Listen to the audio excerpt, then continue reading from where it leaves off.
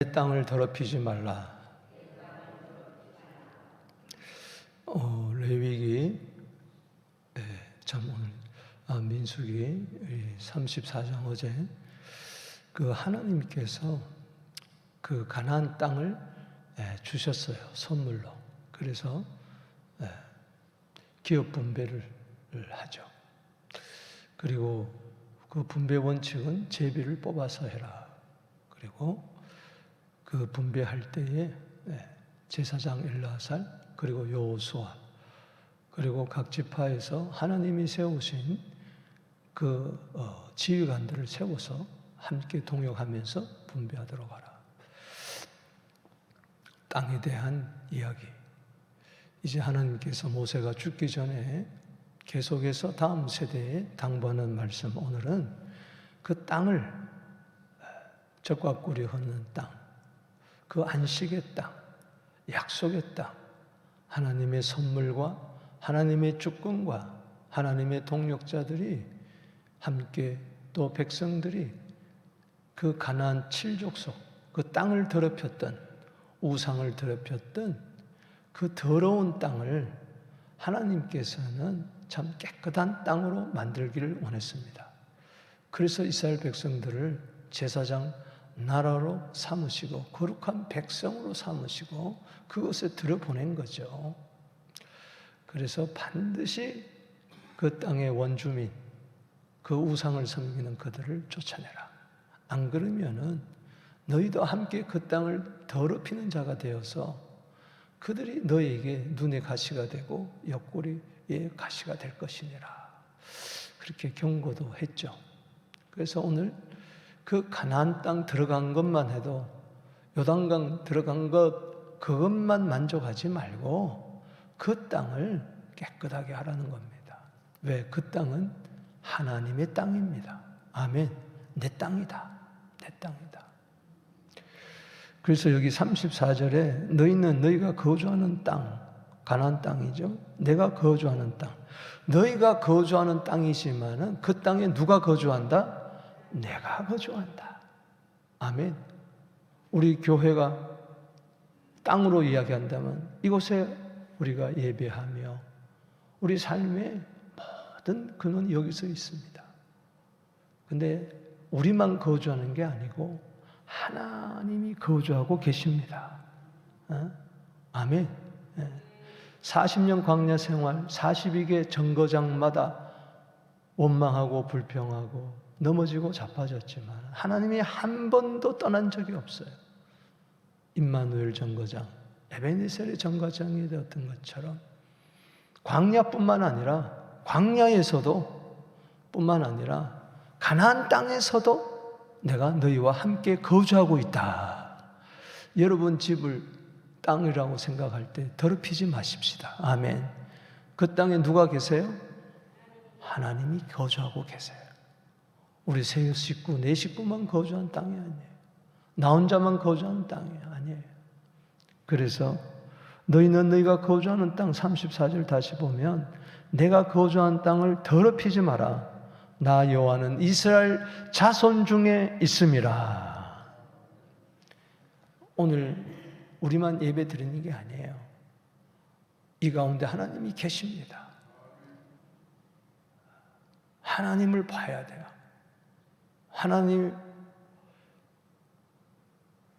안 보이면은 그건 예배가 아니에요. 오늘 이 시간도 하나님이 보입니까? 하나님이 계십니까? 아멘.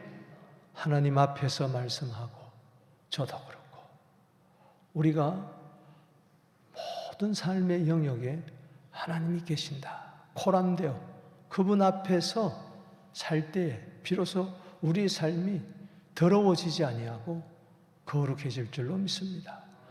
주님, 내가 가정을 더럽히지 않게 하여 주시고 교회를 더럽히지 않게 하여 주시고 내 삶을 더럽히지 않게 하여 주시고 거룩한 땅으로 만들게 하여 주옵소서.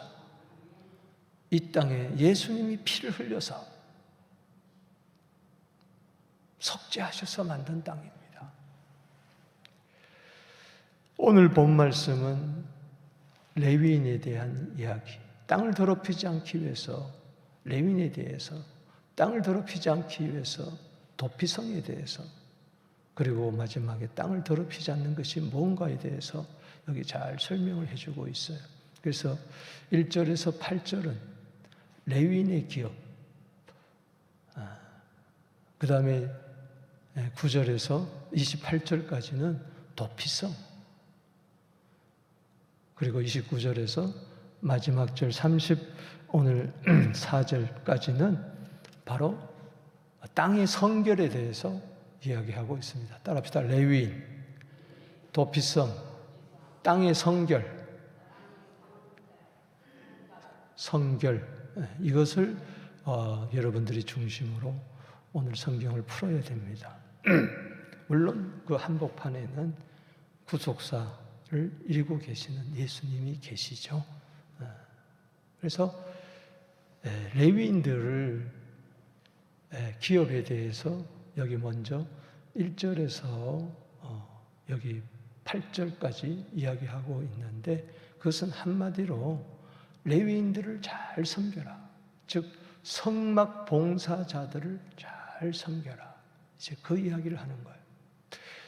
여러분, 신명기 10장 9절에 보면은 레위인들은 똑같은 12지파의 그 형제들이지만 거기는 분깃을 안 줬어요. 이제 가나안 땅에 들어가면은 이미 동쪽에는 요단강 건너기 전에 우리 시몬, 갓, 므낫세 반지파는 기업을 받았잖아요. 자기들이 목초지. 그리고 나머지 9지파 반은 이제 기업 분배를 받는데 그 속에 레위인이 없습니다. 레위인이 없어요. 왜냐? 레위인에게는 하나님이 기업이다. 여호와가 기업이다. 이제 그렇게 말씀해 주세요. 그렇다면 저들은 그 가나안 땅에 들어가서 하나님이 기업 분배를 받지 못하게 했어요. 하나님이 기업이기 때문에 내가 너희들 책임진다. 그럼 저들은 어떻게 살아야 될 것인가? 그래서 그 12지파가 받은 그 기업을 나눠주게 돼 있어요. 많이 받은 자는 많이 주고 적게 받은 자는 적게 떼어서 주게 돼 있어요. 그래서 48개 성읍을 저들에게 주게 돼 있습니다. 그래서 어제 가나안 땅의 동서남북 사방 경계를 보았지만은 각 기업에서 이스라엘 지파를 위해서 48개를 내놓았어요. 그리고 6개는 도피성으로 삼습니다. 그래서 42개 성읍을 저들이 가지고, 그리고 그 주위에 목초지까지, 들판까지 사방으로 2000규비씩 약 900m 그 성읍 주변으로 들판을 주어서 거기서 양을 먹이며 가축을 기르면서 살게 하셨어요.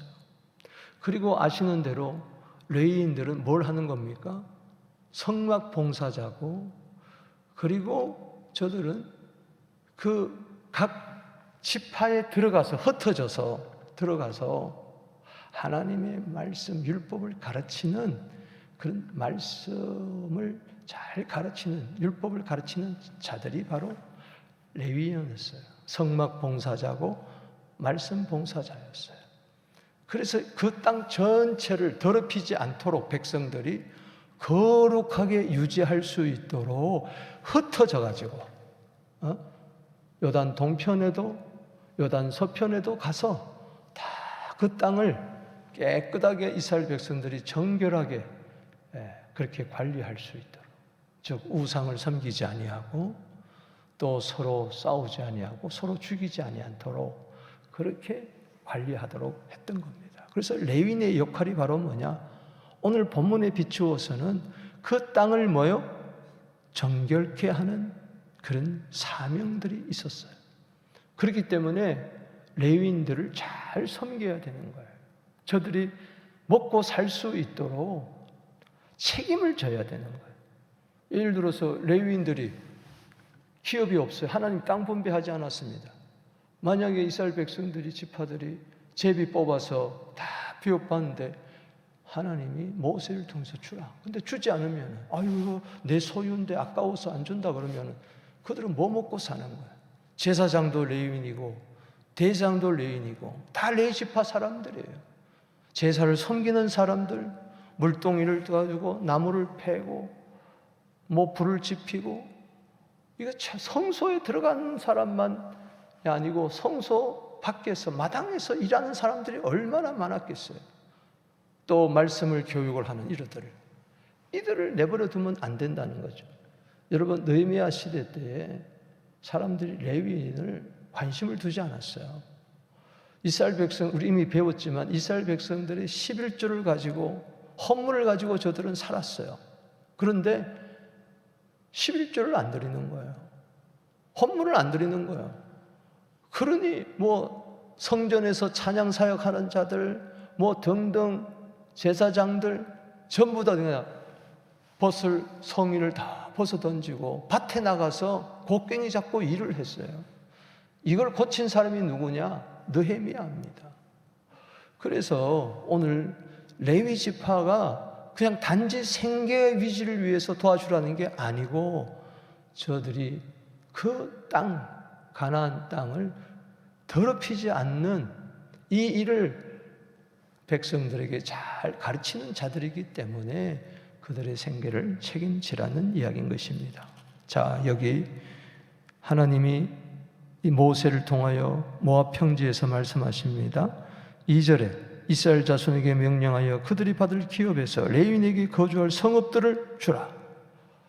그러니까는 성도들이 받은 기업에서 하나님의 교회를 섬기는 사역자들 위해서 여러분들이 내어놓아야 됩니다. 아멘이십니까? 너희는 성읍들을 두르고 있는 초장도 레위인에게 주어라. 그러니까는 하나님이 기업이지만은 하나님은 백성들을 통해서 주게 했어요. 그리고 백성들의 손길이 그냥 부재하는 식으로 뭐 좀 기부하는 식이 아니고 하나님의 손길이 되어서 그들을 섬기게 되는 거죠. 함께 그런 재물의 동역자가 되는 것이죠. 성읍은 그들의 거처가 되게 하고 살아야 될 거 아니에요. 집을 줘야 될 거 아니에요. 그래야 레위인들이 살지요.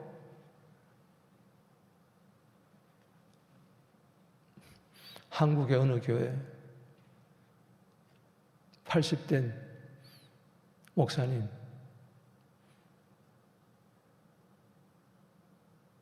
사택 소송 방한이 소송이 걸렸더라고요.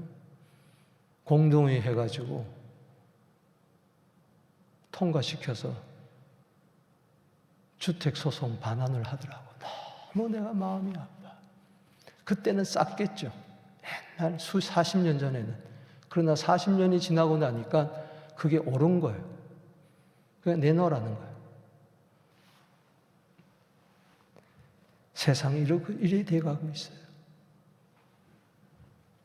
초장은 그들의 재산인 가축과 짐승들을 둘 곳이 되게 하라. 너희가 레위인에게 줄 성읍들의 성벽으로 밖으로 사방 천규빗이라 성을 중앙에 두고 성동쪽 밖으로 아예 딱 정해줬어요. 2000규빗 약 900m입니다. 이는 그들의 성읍의 들이며. 할렐루야. 이것이 이 48개 중에 도피 성도 6개는 레위인의 성읍으로 딱 따로 해놨어요. 레위인들이 사는 6개 성읍 중에 48개를 주면 6개는 또 레위인을 따로 떼어놔가지고 동쪽에 셋, 서쪽에 셋 도피성을 만들어 놨어요. 그래서 7절에 보십시다. 시작. 너희가 레위인에게 모두 48성읍을 주고 그 초장도 함께 주되. 줘야 됩니까? 주지 말아야 됩니까? 줘야 됩니다. 왜 많이 줬습니까? 왜 적게 줬습니까? 그럴 필요가 없어요.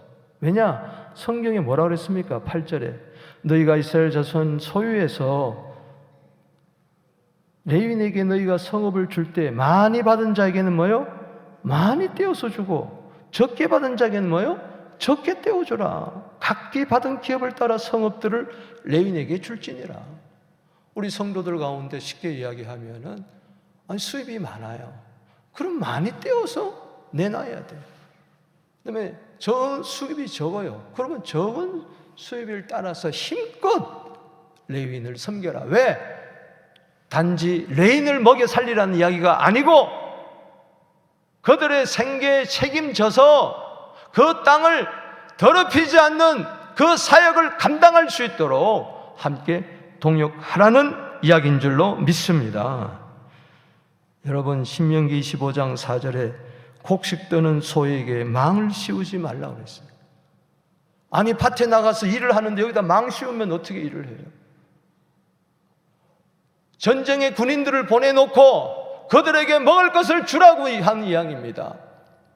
여러분, 저도 군대 다녀왔지만 머리부터 발끝까지 전부 다 국민들이 바친 세금을 가지고 다 주는 거예요.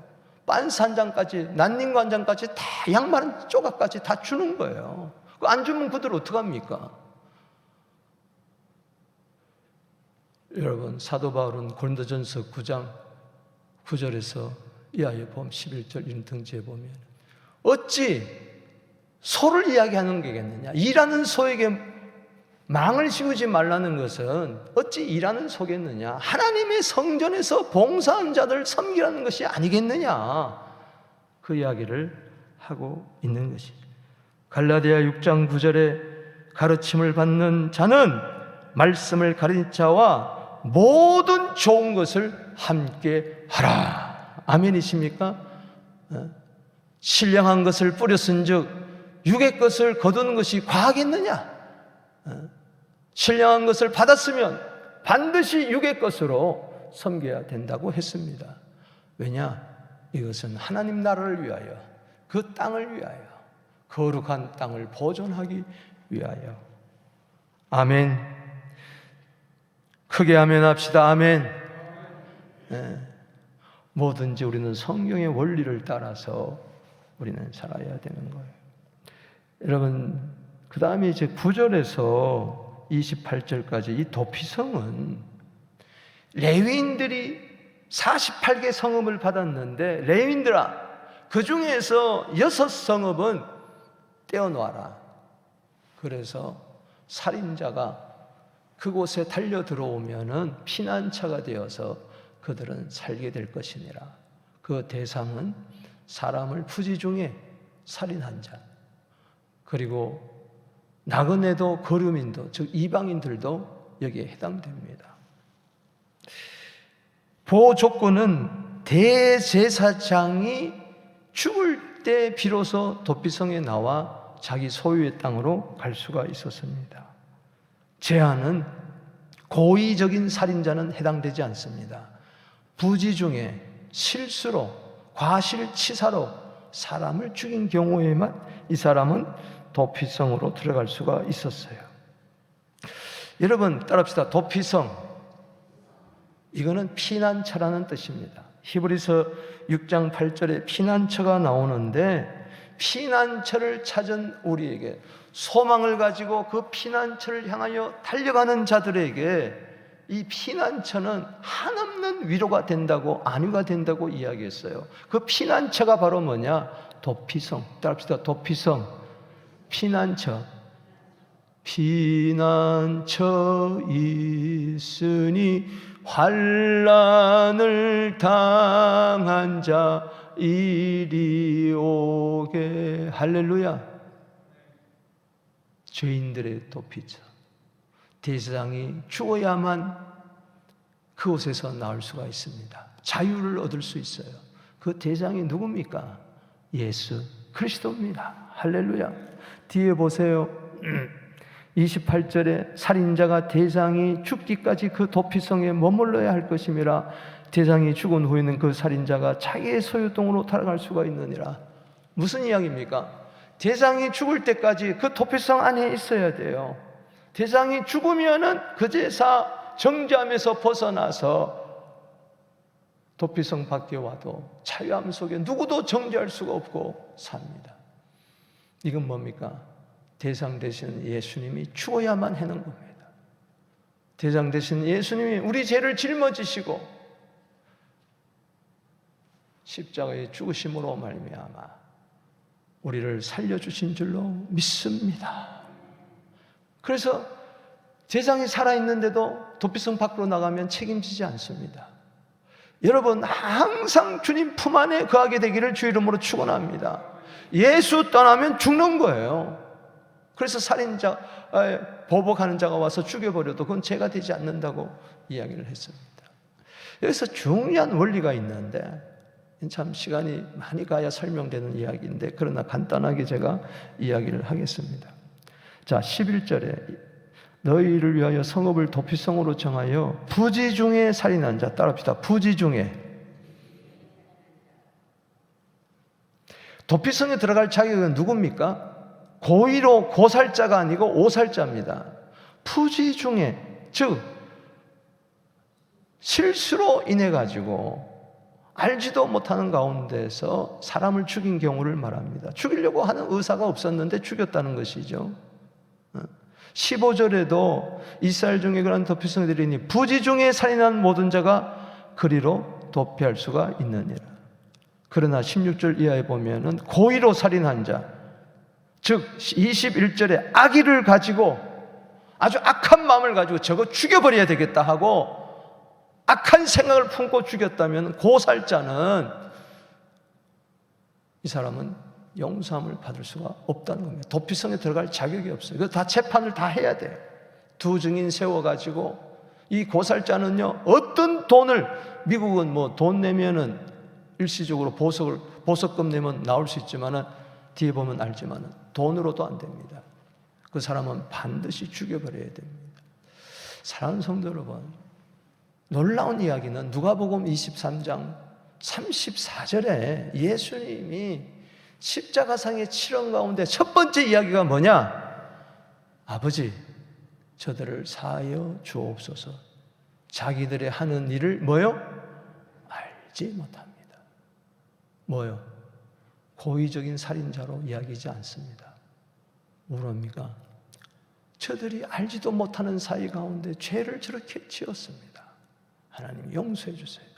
부지 중에 죄를 살인자로 여겨주시는 거예요. 여러분 우리가 얼마나 감사한지 몰라요. 디모데전서 1장 13절에 내가 전에는 비방자요 박해자요 폭행자였으나 도리어 긍휼을 입은 것은 내가 믿지 아니할 때 알지 못하고 행하였습니다. 알지 못하고 행하였습니다. 우리 예수 믿기 전에 우리는 많은 죄를 저질렀습니다. 그런데 하나님께서는 너희가 믿음이 없기에 알지 못해서 그렇게 했구나 여겨주신다는 거예요. 고의적 살인은 안 됩니다. 즉 이 말은 뭔고 하니, 자, 예수를 믿었어요. 그런데 히브리서 6장이나 10장이나 이런 데 보면은 예수 믿고 나서 타락하는 자들, 예수 믿고 나서도 하나님의 아들을 다시 못 받고 짓밟는 자들, 은혜의 성령을 욕되게 하는 자들은 고의적인 살인자입니다. 안 됩니다. 성령 해방자입니다. 여러분 정말 나 같은 죄인을 하나님의 아들의 피로 구속함을 받았다면은 절대로 고의적으로 하나님의 아들의 피를 부정하지 않게 되기를 주 이름으로 축복하는 것입니다. 우리는 절대 그럴 수가 없어요. 하나님이 저들의 죄를 사하여 주옵소서. 저들이 알지 못합니다. 나도 모르는 사이에 대장 되시는 예수님을 십자가에 못 박았어요. 내 죄가 예수님을 십자가에 못 박았습니다. 내 죄가 예수님을 죽였습니다. 이 살인자를 주님께서는 하나님의 자녀로 삼아 주셨으니, 손영은 목사님 자식을 공산당원이 죽였지만은 아들로 양자로 삼아줘서 신학교 보내고 목사 만들었잖아요. 그럴 때 어떻게 아비에게 들이대겠습니까? 배은망덕할 수가 없죠. 나 같은 이 살인자를 양자로 삼아주셨으니 얼마나 감사할까. 마찬가지입니다. 우리는 하나님의 아들을 십자가에 못 박았던 자들입니다. 내 죄가 그렇게 했어요. 나는 살인자였어요. 그런데 사하여 주옵소서. 저들이 알지 못하고 행했습니다. 그렇다면 그 구원의 은혜에 늘 감사하며 살아야 될 줄로 믿습니다. 히브리서 9장 22절입니다. 피 흘림이 없이는 삶이 없다 그랬어요. 그래서 오늘 여기 마지막 단계에 땅의 성결 29절에서 34절에서 하나님의 땅을 더럽히지 말라고 이야기를 합니다. 살인자를 정죄할 때 두 증인이 있어야 된다. 그리고 고의로 살인한 자는 어떤 은이나 금이나 속전 내도 안 된다. 오직 피만이. 그래서 여기 보면 놀라운 이야기가 나옵니다. 자, 시간이 갔지만 읽어보겠습니다. 33절 시작. 너희는 너희가 거주하는 땅을 더럽히지 마라. 33절 다시 시작. 너희는 너희가 거주하는 땅을 더럽히지 마라. 피는 땅을 더럽히나 피 흘림을 받은 땅은 그 피를 흘리게 한 자의 피가 아니면 속함을 받을 수가 없다. 그런데 예수님이 살인자가 되어가지고 우리가 살인자니까는 우리의 모든 죄를 짊어지시고 예수님이 살인자가 되어서 피를 흘리셔서 그 땅을 속하여 우리를 구원하신 줄로 믿습니다. 얼마나 감사한 이야기예요. 그렇기 때문에 이 은혜를 받은 자는 땅을 더럽히지 마라. 성경의 땅은 우리는 좋은 땅입니다. 오늘 누가복음 8장 15절 우리의 정체성 따라합시다. 나는 좋은 땅입니다. 이 땅을 더럽히면 안 돼요. 하나님 나라를 위하여 30배, 60배, 100배 열매 맺어야 될 줄로 믿습니다. 내 안에 주님이 계십니다. 이 땅 안에 주님이 계십니다. 여기 내가 거한다 그랬잖아. 여기 35절에 너희는 너희가 거주하는 땅, 내가 거주한다. 이 거주가 바로 뭐냐? 쇼페르라는 이 말인데, 쇼케. 이거는 쉐키나라는 영광이라는 단어입니다. 영광이라는 단어예요. 이 장막, 이 거한다는 것은 장막을 말하는데 이것은 어디서 나온 단어냐? 영광이라는 단어입니다. 여러분, 하나님의 성막에 하나님의 영광이 가득했습니다. 할렐루야. 아멘이십니까? 마찬가지로 성전에 하나님의 영광이 가득하고 그 땅에, 하나님 주신 땅에 하나님의 임재의 영광이 가득했어요. 이걸 성취시키러 오신 분이 누굽니까? 요한복음 1장 14절입니다. 말씀이 육신이 되어 우리 가운데 거하심에, 바로 오늘 여기 거한다는 말이 바로 이 단어와 똑같은 이야기예요. 말씀이 육신이 되어 우리 가운데 거하심에 우리가 그 영광을 보니, 셰키나를 보니 아버지의 독생자의 영광이요 은혜와 진리가 충만한 자라. 그분이 이 땅을 구원하기 위해서, 우리를 구원하기 위해서 피를 흘렸어요. 마치 당신이 사람들을 죽인 살인자가 되어서 그 땅을 피를 흘림으로 말미암아 속죄하는 이 일이 있었어요. 할렐루야. 은이나 금으로 한 게 아니에요. 당신의 피로서. 베드로전서 1장 18절 19절 말씀처럼 그리스도의 피로 우리를 속죄해 주신 줄로 믿습니다. 이걸 안다면 하나님의 성전을 더럽히지 마세요. 이곳에 하나님이 계십니다. 할렐루야. 이곳에서 함부로 말하면 안 됩니다. 함부로 떠들면 안 되는 거예요. 하나님의 셰키나가 있는데, 솔로몬 성전에 하나님의 영광이 구름이 가득할 때 제사장들이 능히 섬기지 못해서 쓰러졌잖아요. 우리가 그 영광을 보게 되기를 바랍니다. 하나님의 영광을 바라본 자는요, 입부터 친다 그랬어요. 이사야 9장에 뭐라 그랬어요? 이사야 6장에 우시아 왕이 죽던 해에 이사야가 성전에 가서 하나님의 옷자락을 봤어요. 옷자락이 보호자에서부터 성전 안에 가득히 넘치는 걸 봤어요. 그걸 보면서 화로다 내가 망하게 되었도다. 그룹 천사들이 거룩하다 찬송하는 소리를 듣고 하나님의 옷자락의 그 영광을 보고, 내가 하나님의 영광을 봤으니 난 죽게 되었다. 화로다, 나는 망하게 되었도다. 나는 입술이 부정한 중에서 만군의 왕이신 여호와를 내가 배웠구나 할 때 제단 숯불이 와서 입술을 찢어줘서 용서를 해줬어요. 하나님의 영광을 바라보며 봐야 됩니다. 셰키나를 바라봐야 됩니다. 우리 교회 안에 하나님의 영광이 구름이 떠나면 끝나는 거예요. 주여, 하나님의 영광이 늘 예수 안에서 가득 넘치게 하여 주시옵소서. 그분이 나를 위하여 십자가에 피 흘려, 그 영광스러운 분이 피 흘려서 나를 구원하신 줄로 믿습니다. 말씀을 맺으면서요, 살인 그러니까 여러분들 마음이 와닿지 않죠? 따라합시다. 미움이 살인이다. 악의를 품는 것은 미움을 말하는 겁니다. 악의.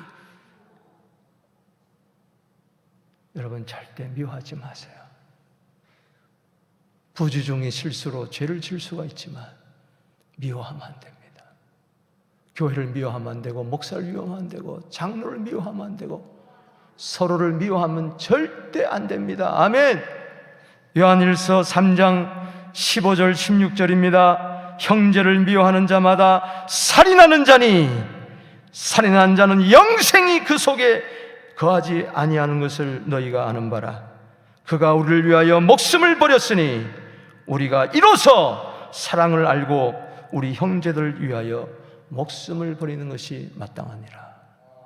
내 옆에 있는 형제 자매가 하나님 피로 값주고 사신 거룩한 땅들입니다.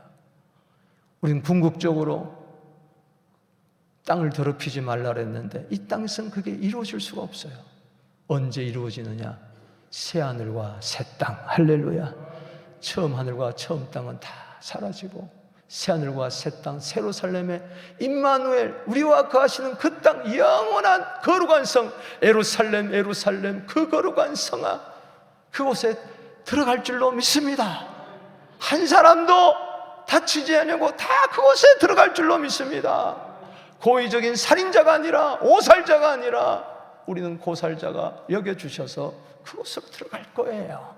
그렇다면 우리는 서로 미워하지 말고 서로 사랑해야 될 줄로 믿습니다. 이 땅을 더럽히는 게 뭡니까? 땅을 더럽히지 말라는 것은 살인하지 말라, 피 흘리지 말라. 피는 생명이다. 레위기 17장 11절을 이야기하는 거예요.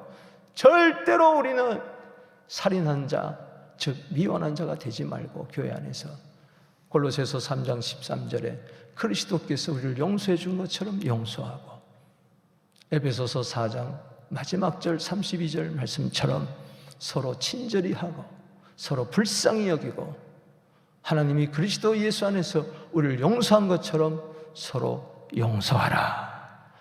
그런 은혜가 있어서 땅을 더럽히지 말고 미워하지 말고 서로 사랑해서, 땅을 깨끗하게 하라는 것은, 거룩하게 하라는 것은 서로 사랑하고 서로 용서해주고 서로 축복해주는 그런 진정한 젖과 꿀이 흐르는 하나님의 땅, 기업이 되기를, 우리 교회가 되기를, 여러분 가정이 되기를 주 이름으로 축복합니다. 우리 두 손 들고